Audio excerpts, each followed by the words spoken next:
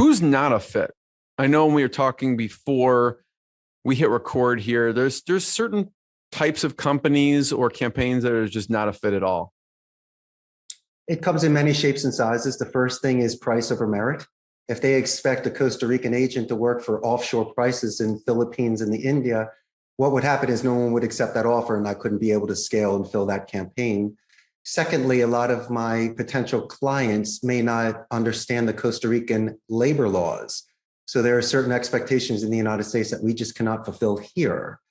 And then thirdly, once again, it revolves around a company culture.